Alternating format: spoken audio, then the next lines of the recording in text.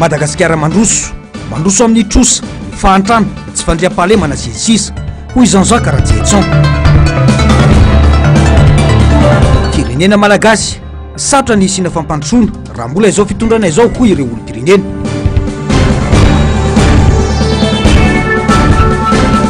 Piasan'ny météo manome roa amby fitopolo ora ny ministra anesorana ny tale jeneraly.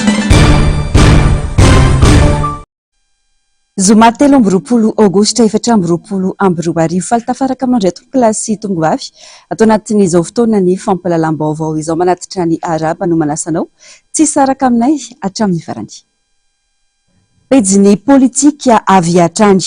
tsy azo everina ny tsy afany filoha teo aloha raha valy manana marika irotsaka hofidiny ho kandida ben'ny tanàna eto Antananarivo renivohitra ho ny filoha nasionaly ny antoko ny fahefa mividy ny malagasy no ilaina na ny FMI androany. Toetra ratsy no aseho ny fanjakana raha toa ka mikasa anakana ny firotsaka hofidiny raha ny fanazavana.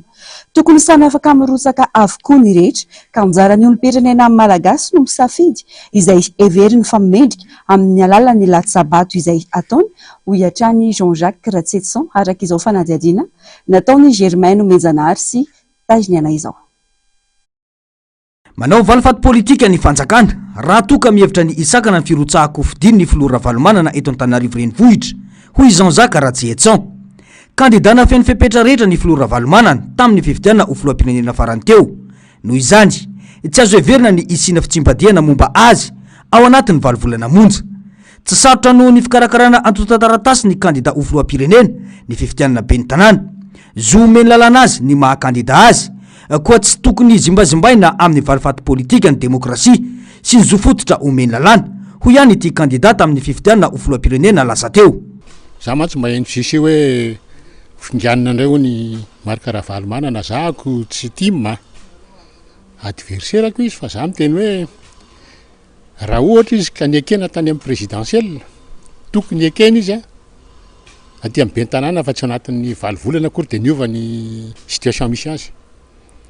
Fa raha ohatra izy hoe tsy afaka amin'ny latsaka ben'ny tanàna dia lazaina amin'le ina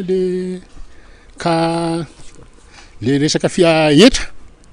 Ndika zany tsy tokony latsaka koa izy tamin'ny fifidianana présidentielle dia miteny zay avereny présidentielle fa misy vice de fond mihitsy ao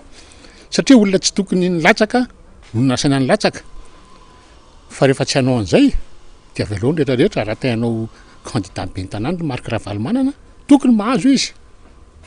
Za koa tsy tima fa za manohana ny candidaturany tsy hoe manohana azy olany fa manohana anazy ilatsaka ho candidat satria zoany zay. Ka tokony hazava ny sehatra tsy anatin'ny valovolana akory dia niova tapika dia hoe tamin'ny présidentielle mety dia amin'ity lasa tsy mety amin'ity ara nefa maivamaivana kokoa nge ny condition tokony hoe latsana ben'ny tanàna noho ny amin'ny présidentielle dia aleo hifaninanao daholo zay te hifaninana fa tsy tokony atao ohatrohatr'izany koa ny fitondram-panjakana. Ny fanavotana ny vahoaka malagasy sy ny firenena tokony himasoa ny sampanao politika rehetra amin'izao hoy hatrany ny fanazavana ka tokony havalona ny adila politika. Raha mbola nylonilony politika no lara-pahamian'ny mpitondra dia tsy ho avitry Madagasikara satria tsy afaka nitondra vahaolana ho an'ny fireneny mihitsy izany ireo vokotra ikefa sy havanana amin'ny fomba fitantanana. Ankoatra izay tokony avela malalaka ny malagasy aneo ny safidiny amin'izay olona heveriny fa afaka hitondra fandrosoana ho azy hoy hatrany ity mpanao politika ity. Manao ivakana ny fanehoan-kevitra samihafa manoloana ny fijoroan'ny gouvernemanta vaovao. Mazava ho ny solombavam-bahoaka sady filohan'ny vondrona parlementaire firaisan-kina Maître Antitra Razafimanantsoa fa tsy hampiova zavatra ary tsy havita fahagagana ity gouvernemanta ity. Ny lohany mihitsy no efa matsatsoka manaraka izany ireo tairiny. Toy izao ny fanazavana mahakasika izay. Tsisy fahagagana na miracle azon'ny gouvernemanta vaovao atao. Tsisy zavatra andrasana be amin'izy ireo ihany koa ho ny mpanao politika. Ampianamarinana izany ny fampitena nentin'izao fitondrana izao teto amin'ny firenena hatramin'ny tantanan'ny firenena. Tsy nahavita ny asany ary tsy naomby izay no azo amezana ny asa vitan'ireo ministra teo aloha kanefa mbola tafaverina andrafitra ny gouvernemanta vaovao indray. Rehefa ny lohany matsatso manaraka izay ny entiny. Hatretontsika dia nahita hoe ny gouvernement amin'izao fotoana izao ny atsasany izay miverina eo dia nanamarika ny tsy fahombiazany tao amin'ny ministera tsirairay nisy anazy. Ny prime ministre no tompona andraikitra voalohany amin'ny maha prime ministre anazy zay hitany tsy fahombiazany ka namanova ministre isan'andro ary izy tsy misy fanantenana hanova zavatra be dia be ao anatin'izany. Mahita ny PGE isika, mahita ny programme de mise en œuvre ny eo ihany ny eo ny vadibadika flou be zany hoe manjavozavo be ho an'le vahoaka malagasy zay miditra tafiditra lala ao anatin'ny fantrana sy ny fahasahiranana foana. Tsy hita mipaka any amin'le vahoaka malagasy zany zay finiavana analamarina ny fantrana, ampiakatra ny pouvoir d'achat, ampidana ny alafo ny vidim-piainana, le isan'andro nijerentsika fotsiny dia efa mavalo ny fanontaniana hoe tsy miandro zavatra be dia be amin'ireo hanova zavatra tsika nanao miracle ireo gouvernement io. Manitra isika ankehitriny fa nipitondra ankehitriny ve no menatsiny sa ny mpitondra ny fandimby ho ny filoham-pirenena omaly. Na ity ty solombavam-bahoaka ity ny laza fa mora foana ho an'ny mpitondra fanjakana ny manilika ny tsy fahombiazany amin'ny hafa. Izy ireo anefa no tompona andraikitra voalohany nampiditra ny Madagasikara tao anatin'ny lavaky ny fahantrana raha tafarina tamin'ireo asa havitan'ireo mpitondra ny fandimby. Moramora ny manilika andraikitra rehefa tsy mahomby ary ny tany aloha tany raha oharina amin'izao fotoana zao navitatra zavatra tsaratsara kokoa sy bebe kokoa raha mihoatra amin'izao. Nandritry ny mandat voalohany dia miditra mandat faharoa napidina ny fiainan'ny vahoaka ary napidina Madagasikara tany amin'ny lalina tany fahantrana lalina sy fahasaranana lalina ny mpitondra fanjakana amin'izao fotoana zao ka mitady boky émissaire mitady anlihana ny any aloha any raha ohatra ka tena mpitondra tena hoe honnête ny resaka amin'ny tena izany dia ny manao tsaratsara kokoa noho ny teo aloha fa tsy manenjika ny teo aloha. Ataovy tsara aloha le zavatra nampanantenainao, tanterao ny zavatra nampanantenaina rehetrarehetra dia izay ny zava-dehibe indrindra. Fa ny hita amin'izao fotoana zao matoa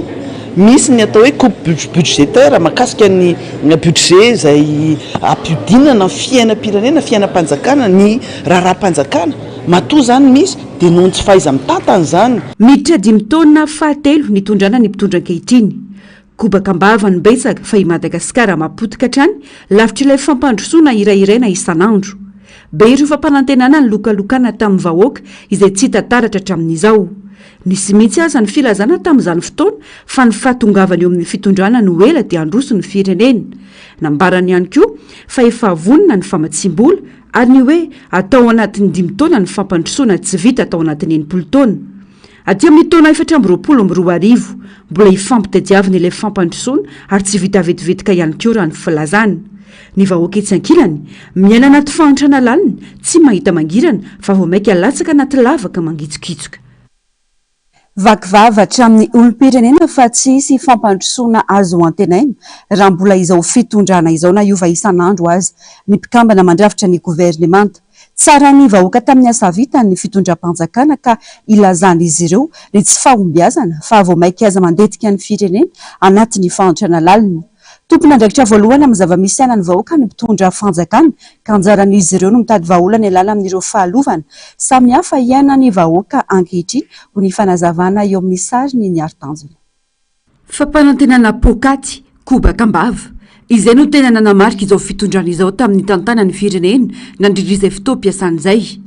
Tsy hita izay asa ka tena nipaka tamin'ny fiainan'ny vahoaka entina ilazana fa nitondra fampandrosoana ho ny olom-pirenena. Sarotra ny anantena ny sina fanovana na iova foana aza ny mpikambana mandrafitra ny governemanta ho ny fanazavana. Io zany tsy hitako. Ny eo ihany, ny eoko na soloana injato amby arivo ary nge tsy zavatra miovy io. Alielema mihitsy zany ny olona tsy manana traikefa nampatao ao dia tsy hitako zay eo. Dia zay ny mahatonga anahy hoe ny eo ihany ny eoko. Kiotozafy ihany ny leksisy. Za loatra hoe kely finoanany amin'izany ah. Ka le gouvernement satria hatramin'izany tsy hita ditindre nisika tamin'ny vahoaka mivantana mba za miadana amin'ny vahoaka diasa dia ho ataony eo mahakely finoana ihany le iova fampandrosoana raha ohatra ny fitantanana teo ihany. Zay leo be fa tao ohatrany Kobakambavaka daholo izy sady amplisin'izay le izy ohatrany fanapatenana pokaty daholo dia zay leo be raha ohatrany hoe te ambatana ana aloha zay leo be. Zay leo be tsy hitako izay fiainana tsy hitako izay zavatra aminy hoe atao an'izao na re ataovana hoe tsy takory izay eo dia leo be zay. Tompona andraikitra voalohany amin'ny zava-misy anany vahoaka ny mpitondra fanjakana. Anjaran'izy ireo araka izany no mitady vahaolana ialana amin'ireo fahalovana samihafa iainan'ny vahoaka hoy ny fanazavana.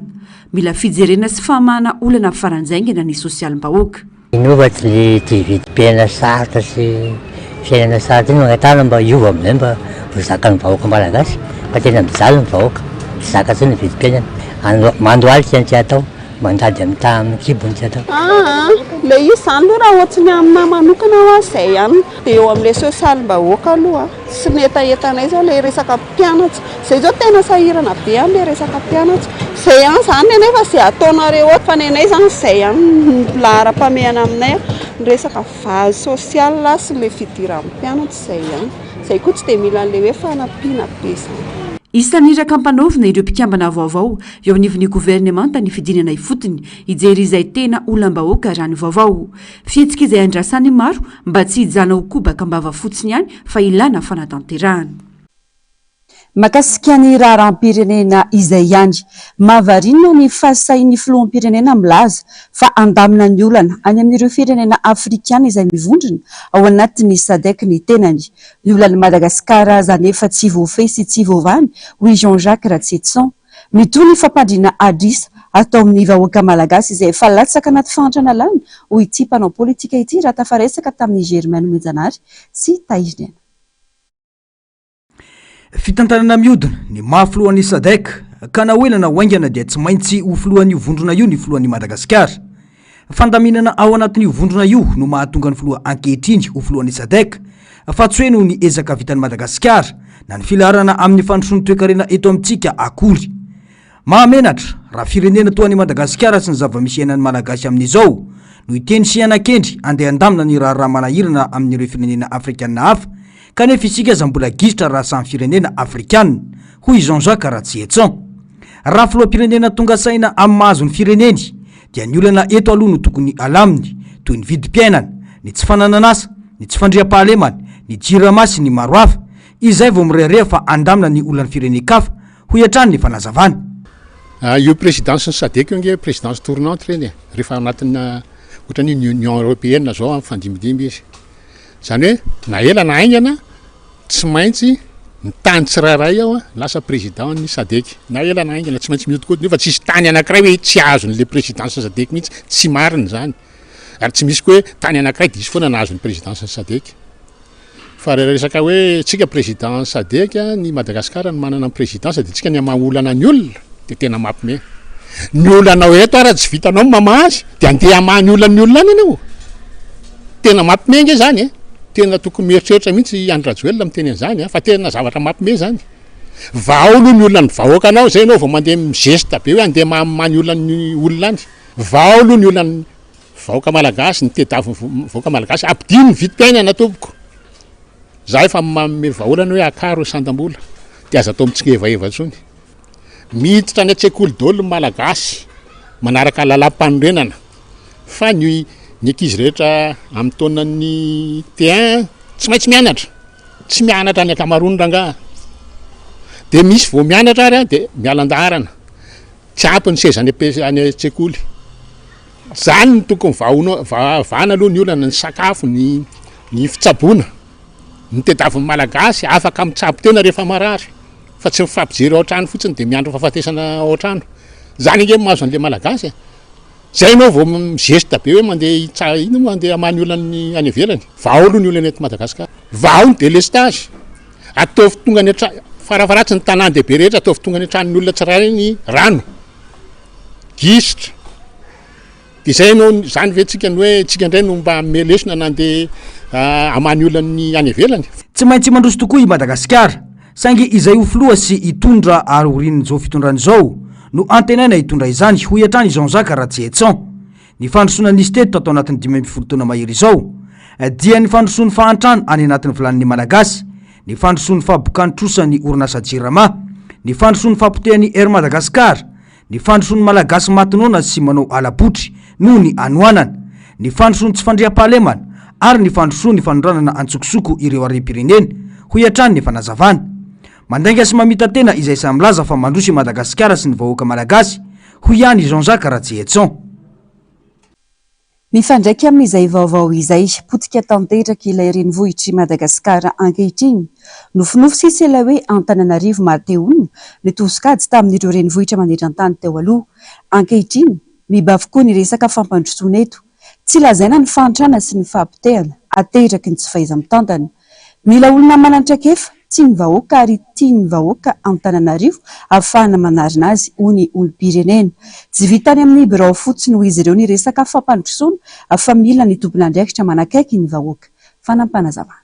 Potika tanteraka ary tsy metrika ny mareny vohitra azy intsony Antananarivo. Izany no sary hita ny rehetra amin'izao fotoana izao.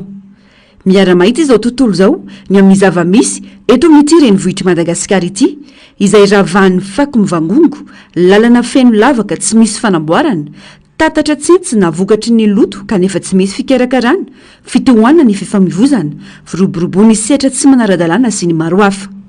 Vokany voasokajy ho isan'ireo renivohitra maloto indrindra aty Afrika fa mineran-tany ihany koa Antananarivo. Mipetraka amin'ny fanontaniana ankehitriny hoe misy mpitantana ve ny tanàna sa tsy? Ny mponina samy maka ho azy may amin'ny fitediavana isan'andro. Nofinofy sisa ilay Antananarivo fahiny. Tamin'ny andro taloha tsara Antananarivo milamina izy ohatra. Taloha zao tsy dia misy délestage zany eto Antananarivo. Ny rano mandeha tsara, fadiovana mandeha. Hatramin'izay natsirovako an'izay aloha dia zay, satria za zao mahita an'izany za fa ny aina ela teto tsy totongana zany vidibe Antananarivo amin'izao tsika miteny zao totongana ambony amin'ny tena hoe ambany be zany le izy e. Atria mandika zany zao ohatra zany zao mijery lalana fotony zao zany tsy dia simba dao lalana rehetra ao amin'izao tsika miteny zao. Antananarivo aloha tena maloto. Tena maloto amin'ny akapobe any amin'ny lafiny rehetrarehetra zany maloto. Ny olona koa moa zany samy manana izay tiany ho tenenina dia aleo tsisy ohatrany hoe mitady fotsiny. Raha takan'andro izao raha mifenana za tsy dia mila le resaka hoe fanampiny fa ohatrany arakaraky ny misy ilay fanampiny vao maika mampatonga le fahasahiranana sady tsy mivoatra mihitsy ny olona vao hoe ohatra mihitsy izao sasany izao miteny hoe izay mianjay le rahetsy vao apitsampianatra ka raha nisy le rahetsy na tsisy le rahetsy ny ankizy tsy maintsy ampidirina mianatra. Tsy ny aty aminay manokana aloha izao le manao an'ilay kanal anjehan-tany dia tena hoe ny rano tsy lasa any anatin'ny be intsony fa lasa avoaka aty avelan'izay ny rano dia le olona koa ampilisa izay le teo tsaina dia le fako aparitaritany eny fotsiny tena ohatrany any amin'ity aminay manokana aloha tena maloto aty aminay rehetra be aty aminay. Tsy vita ny resaka mbola tabatra fotsiny fampandrosoana fa mila tompon'andraikitra manakaiky ny vahoaka hoy ny olom-pirenena.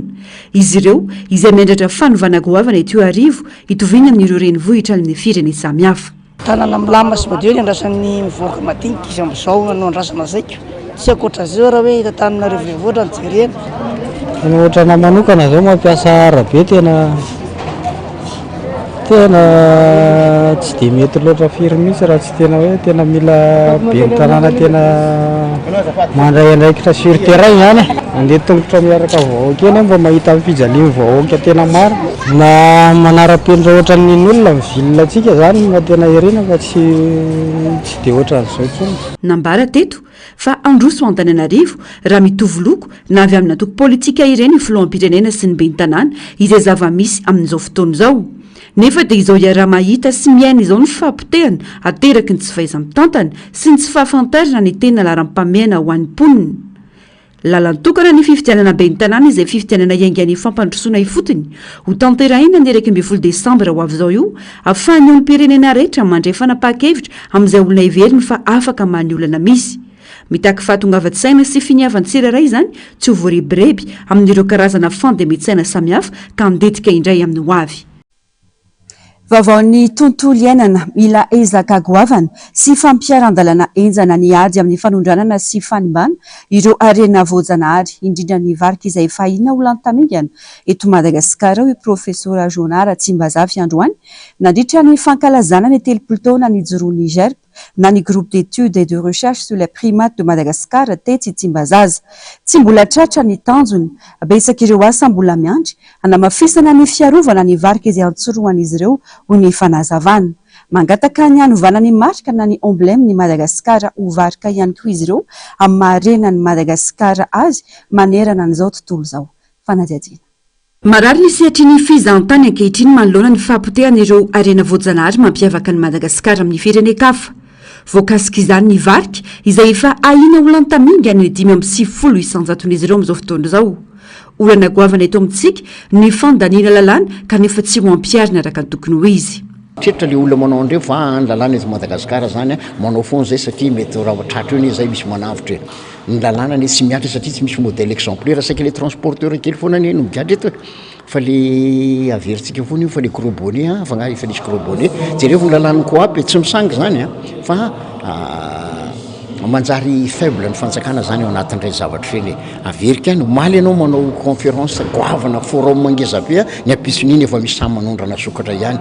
tsy matahotra zany le olona satria tsy mbola nisy exemplaire teo tsika mandany lalàna de rehefa lany le lalàna de manao adevitra mandany jiro rehefa avy eo tsy mety mifampiarana an'io ka inona nandanina an'le lalàna lanina fotsiny aloha zany le eto Madagasikara Manabe manentana mikaroka ary mitantana ireo valan-javaboary samihafa ny GERP na ny groupe d'études et de recherche sur les primates de Madagascar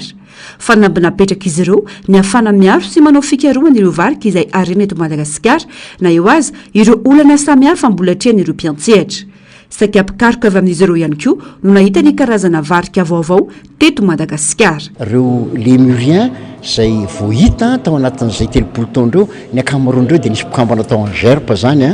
anisan'ny nandray anjara tao anatin'ny fahitanan'ireo karazana varika vaovao reo zany tondra anjara briky lehibe zany ny GERP teo amin'ny lafiny ara-tsiansa aloha nisy zavatra satria fa nitantana amin'ny valan-javaboary zany ianao miara-miaina amin'ny fokon'olona ianao mbola misy ny dorotanety zao mbola misy ny famonoana lémurien zao mbola misy ny ala mirehitra mbola misy an'ireny biby miondran-dreny na tsy miakina aminay directeur satria fampiarana an-dalàna ane tsy miakina amin'ny GERP zay midénoncer ka raha ohatra zay manao ny asanay nefa ny fanjakana ohatra zany na le olona tokony hanao ny andraiky ny tsy manao de mazava ho azy de ohatra hoe tsy fahombiazana irahana le izy de raisinay tsy mandaha amin'ireny zay fa hoe ao anatin'ny zavatra tsy tantera azo etreretana ihany koa ny GERP ny anovana ny emblème ny Madagasikara ho varika fa tsy omby toy ny amin'izao fotoana io ny varika izay mampiavaka ny Madagasikara amin'ireo firenena maro ka tokony homena ny lanjany zay ny eritreritra fa tao anatin'izay telopolo taona zay mba miovana ngany logo an'ny emblème Madagasikara mba miova lémurien satria io biby mampiavaka atsika 50 millions d'années ny razabeandreo tonga io omby io tsy an'ny Madagasikara io tsy atsika io tsy Madagasikara irery zany no mananao ampiasany omby io amin'ny culture no amin'ny zava-dehibe fa ary neny karana ary misy omby ivavahany zany ny olona fa tsy nanao ny omby logo mihitsy ny zareo indiana neny américaine io logony de io bold igloo satria io ny any aminy ny sénégalais ny éléphanta ny liona ny sénégalais ny ivoiriana ny éléphanta zany ny olona zany le biby mampiavaka azy no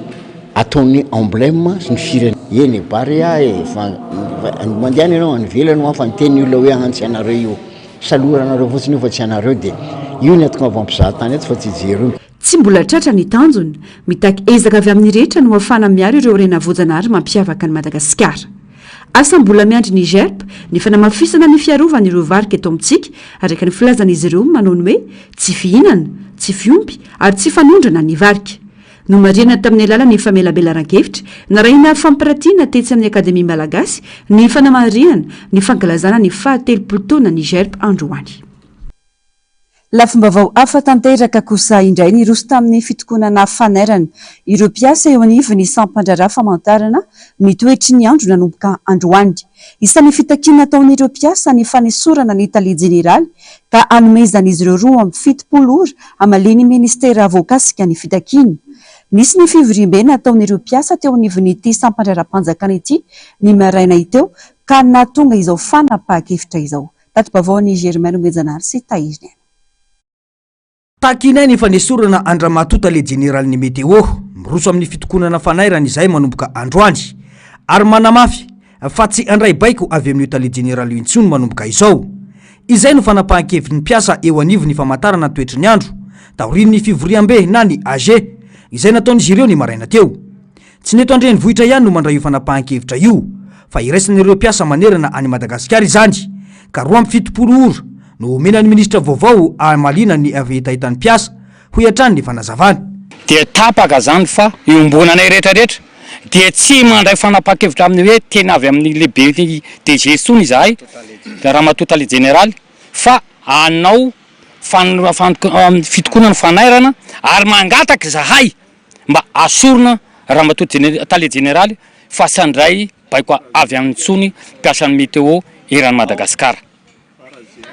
faran'izay aingany nangatana satria izay minisy manantena fa efa voatsangana ny gouvernemanta mba aoko hijery iny Andriamatoa ministre Andriamatoa EG raha misy ilainao mpiasa météo mitongava re toko manasanao mpanajany zay iresaka aminay mpiasan'ny météo ary azo ataonareo ny manontany hoe manahoana io toetrandro tali général io na ny mpiasa izao de sisy mpiasa maningana mihitsy fa mitambatra am'izay ato zay mahazo satria mbola iteny reo sy olo tena sasany eo ao amin'ny tany amin'ny province voanato zay fa izay de izay zany de nitapaka ny mpiasan'ny météo hoe miala ramatoa tale générale ny famantarana ny toetrandro didiko fe lehibe fanaovana tsinitsina no mahazo ireo mpiasa eo anivy ny sampandra-panjakana ity raha ny fanazavana atrany izay tsy mifanaraka aminy de hiara-ny famindra-toerana tsotro zao ho iatrany ireto mpiasa ireto fa tena ny rafitra arakasa eto amin'ny foibe famantarana ny toetrandro manerana Madagasikara ihany koa io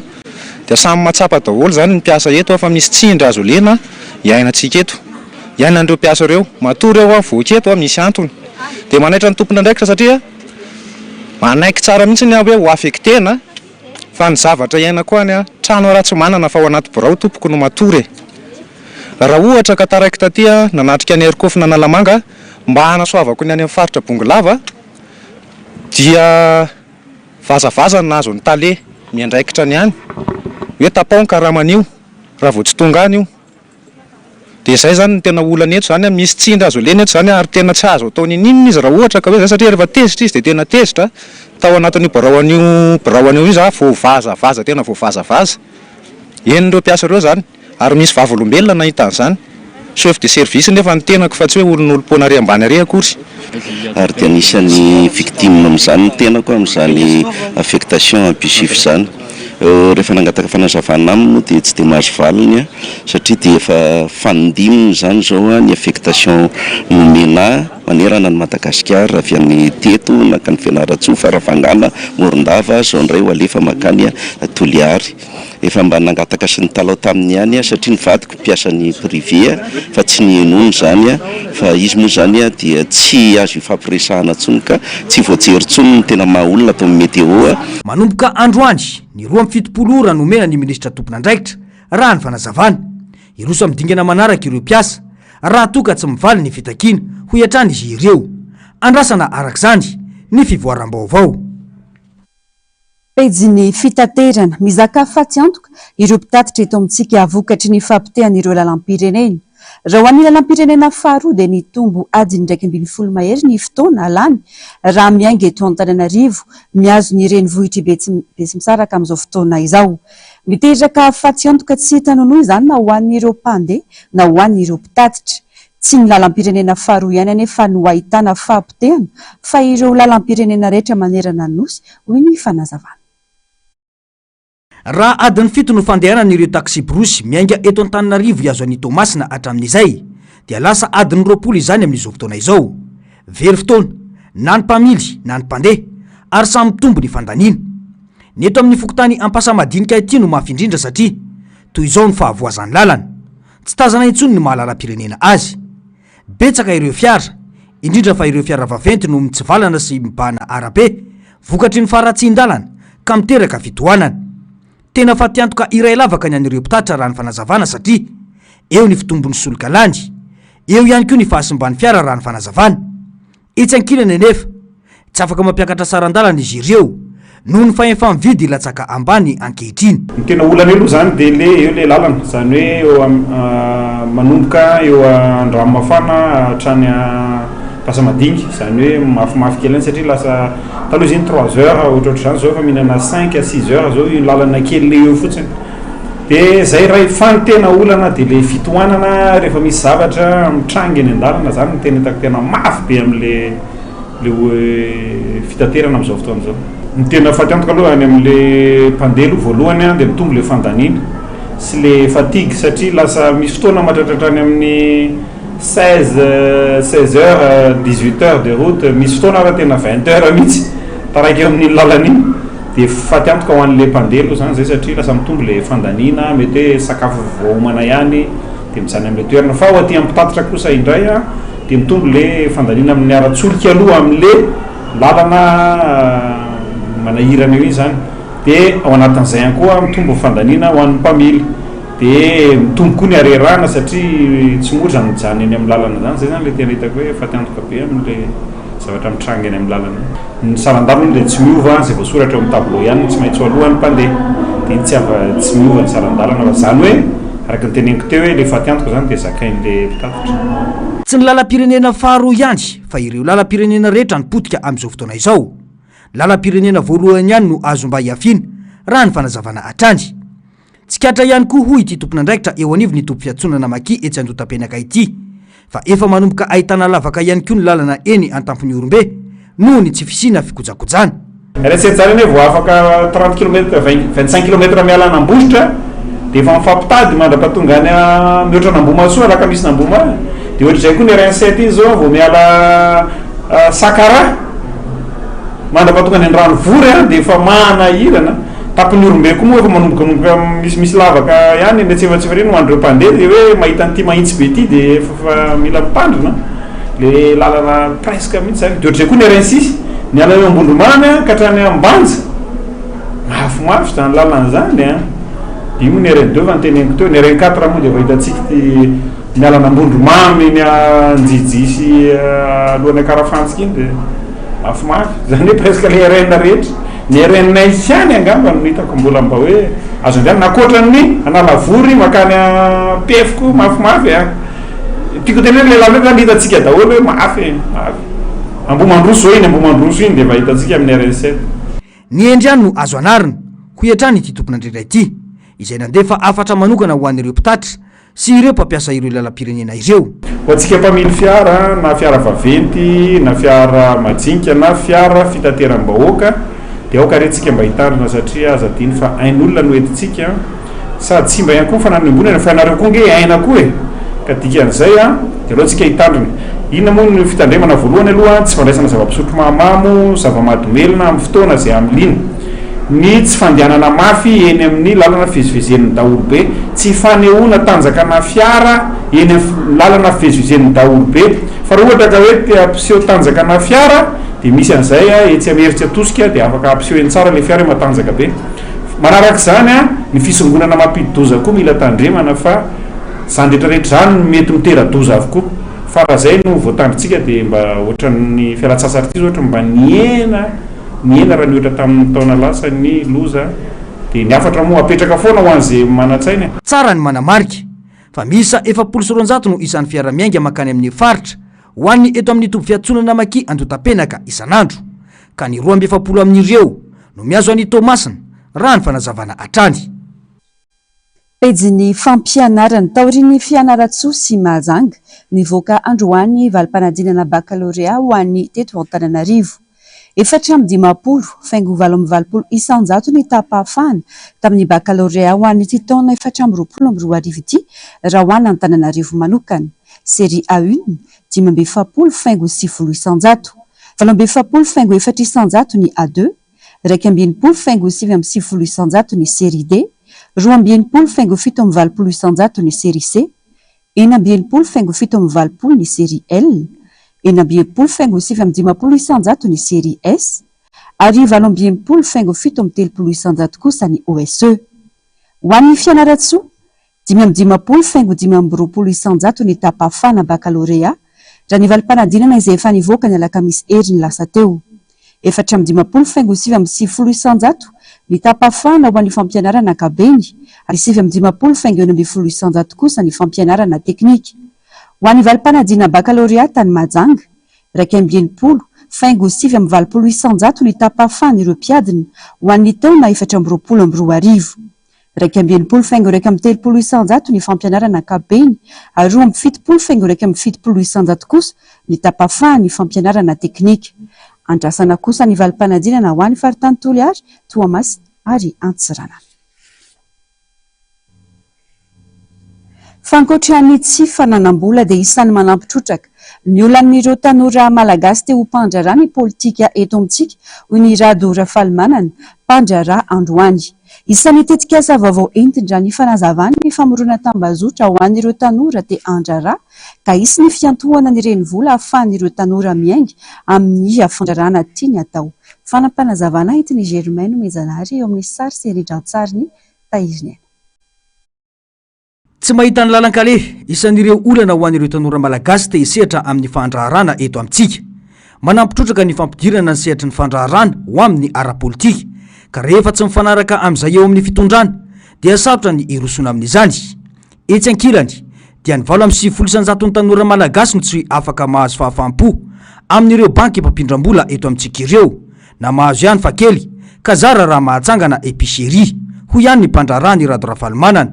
Ho sarotra nefa ny fandrosoana ara-toekarena eto amintsika raha toka mbola toy izao atrandry no mahazo ny tanora malagasy dia hitondra ny anjara brikiny amin'ny fampivelarana ny toekarena eto amintsika. Very repère nanareo reo ary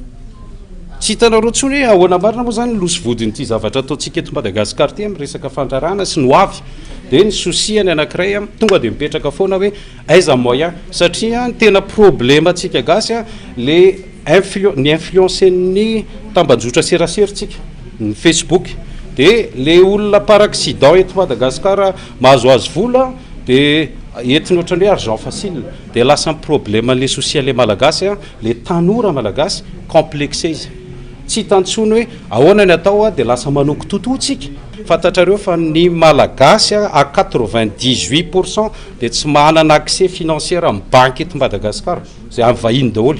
ary zay ny tena mampalahelo satria na dia fahasandrazanao ary nentina atao garantie amin'ny banque malagasy dia tsy ekeny io, ianao tsy inatsikarana, ianao tsy vazaha, ianao tsy sinoa, ary zay ny mampalahelo an'ity tanora malagasy eto. Isan'ny tetikasa hoentin'ny fikambanana tsy miankina ny fanahy maha-olona eto Madagasikara ny famoronana tambajotra iraisana ho an'ireo tanora te hisehatra amin'ny fandraharana. Isy ny reny vola hipetraka noho ny fiarah-miasa amin'ireo mpiara-miombona antoka ka io no iaingan'ireo tanora malagasy te handraharaha raha ny nambarany. Dia zay ny asan'ilay coopérative, le plateforme an'ilay coopérative entina zany isy renim-bola apetraka zany hoentin'ny WFDP ho ao amin'ny ONG fanahy olona dia io vola io zany renim-bola zay tsisy intérêt satria préfinancement no menan'le jeune fa dia zay ny ezahana hoe andehitsika zany hitarika ao anatin'le plateforme le coopérative. Le coopérative tsy socialisme fa coopérative entre coopération ana petites entreprises kely be da be. Mbola iresaka amin'ny fanjakana amin'ny herinandro eo na amin'ireo gouvernement vaovao reo tsy resaka fitovikevitra politika ny tanjony fa hoe inona ny arofanina men'ny fanjakana malagasy ho an'ireo tanora reo raha ny any amin'ny firenena rehetrarehetra dia ireo tanora reo tsy tokony angalana hetra ary rehefa ndery rehefa nangana izy fasilitena daholo ny zavatra ataon'ireo tanora reo. Fa maninona moa ny any ivelany le problème nge nazovahany le vahiny eto Madagasikara ny karana ny sinoa ny vazaha satria izy efa nazovahany dia mora aminy manana accès financiaire, ireo tanora reo tsy manana accès. Dia dikan'izay le plateforme apetrakitsika dia tsy ho ahy ao an-tsaintsika na mpitondra firenentsika na mpanao politikatsika aloha ny aty politika anareo primoany anareo zay fa ny aloha mieritreritra hoe reto tanora reto ahoana ny fomba napitsika azy miaraka tsika na tsy na mifanagarytsika na mifamenontsika na tsy mifameno andao ampino ireo tanora ireo. Nisy ny fakan-kevitra sy ny karazana atrikasa nataon'ity fikambanana ity androany nitondrana fanazavana momba ny tetikasa tsy ny tanora ihany no liana amin'ny fandraharana fa teo ihany koa ireo fazokonjokony. Ny diamondra lehibe faharoa indrindra eto an-tany ny cascade artificielle amin'ny trano lehibe iray ao Chine, ny fisian'ny Île de Demain sy ny Île d'Hier ao États-Unis sy Rosia ary ny fanariana friperie ao amin'ny tanànan'ny Cambodge no zava-misy hafakely ho fitian'ny miarosora ary mampiana amintsika ato anatin'ity fanadihadiana manaraka ity. Tranga hafakely diamondra faharoa lehibe indrindra eto an-tany. Ity diamondra faharoa lehibe indrindra ity moa hita eto an-tany izay milanja 270 sy 400 kara izany ary lehibe noho ny baolina baseball. Orinasa kanadiana moa nahitana ity diamondra lehibe indrindra ity tao amin'ny toeram-pitrandrahana Karoe any avaratra atsinana ny Botswana ary omaly moa nanaovana fanambarana mahakasika ny fahitana azy. Trano lehibe iray cascade artificielle ihany koa any Chine ao amin'ny tanànan'ny Gyeong any Chine moa nahitana ity trano lehibe antsoina hoe Lieben International Building izay misy cascade artificielle mirefy 20 metatra miala amin'ny tany moa ny avon'ity trano ity ka voasokajy ho isan'ny trano avo indrindra eran-tany izany. Roa taona lasa izay no niavian'ity trano be ity saingy inena ihany nalefa ilay andrano avo be satria mandany vola be. Pompe lehibe miisa 4 manko no mampiakatra ny rano any ambony mba ahafana mandefa io cascade artificielle io ka mitentina 700 yuan na 100 euro ny vola lany isan'ora ampihodinana ny pompe andefasana ny rano io. tranga hafakely ihany koa ny île de Demain sy ny île d'Hier ao États-Unis sy Russie. Ilay île Diomède no antsona ireto nosy anankiroa izay mifanakaiky ao États-Unis sy Russie ity. Na dia mifanakaiky aza nefa dia samy hafa tanteraka ny ora, décalage de horaire amin'ireo nosy roa izay melanelana ny 120 ora izany. Ao amin'ny ranomasina be regny no misy ny île Diomède na 3 kilometatra ny manasaraka ireo nosy roa ao amin'io. Petit Diomède no antsonany anankiray izay any États-Unis, ao Grand Diomède kosa no anankiray izay any Russie. Sady mahita ny androany no mahita ny ampitso ao amin'ny toerana roa ireo moa no elanelana 120 ora amin'ny adi-pamataranandro. Raha mbola alady atoandro ny ao amin'ny Petit Diomède dia efa alatsinainy atoandro kosa ny ao amin'ny Grand Diomède. Antsona koa hoe île de Demain sy île d'Hier araka izany ireto nosy anankiroa mifanila toerana ireto. Tanàna kely any Cambodge izay fanarin'olona friperie. Eo amin'ny tanàna io ao Cambodge manakaiky ny Thaïlande toerana fanarin'ireo mpivarotra akanjo sy kiraro ary poketra efa nanaovana fantatsika amin'ny hoe friperie kanefa tsy lafo ny rehetra. Mbola tsara avokoa sady azo ampiasaina ireo sisa ireo ka misy ireo olona any toerana no tonga mifantana izay ilainy ao anatin'izany. Farany amin'ny maresaka avy any ivelany. Nanakina mafy any Donald Trump Kamala Harris malona ny ady amin'ny Ukraine sy Russie. Nilaza moa ny tenany fa hiaro ny Ukraine sy OTAN raha ny faneho-kevitra ity kandida ho filoham-pirenena Amerikana natolotry ny demokraty ity. Faratsika ny fananjety. Nanaiky tamin'ny fomba ofisialy ny fanendrena azy ho kandida ho filoham-pirenena ao États-Unis avy amin'ny antoko demokraty Kamala Harris. Ankoatra izay dia nilaza koa ny tenany fa miaro ireo mpiaradia amin'ny États-Unis isan'izany ny Ukraine sy OTAN. Notsaiviny sy nokian'ny Kamala Harris ny faneho-kevitry ny mpifanandrana aminy i Donald Trump manoloana ny herisetra ataon'ny Vladimir Poutine any Ukraine efa orotaona izao. Tonga ny fotoana amaranana ny ady hoy izy indrindra ho an'ny any amin'ny faritry Gaza. Atreo ny fiarana tombo-kilasy tomboavy fiankasana fenanao nanaraka ny antsipirim-baovao hatramin'ny farany tena mametraka ny mandrapitafa aminaraka ireo tombo-kilasy tombovavy.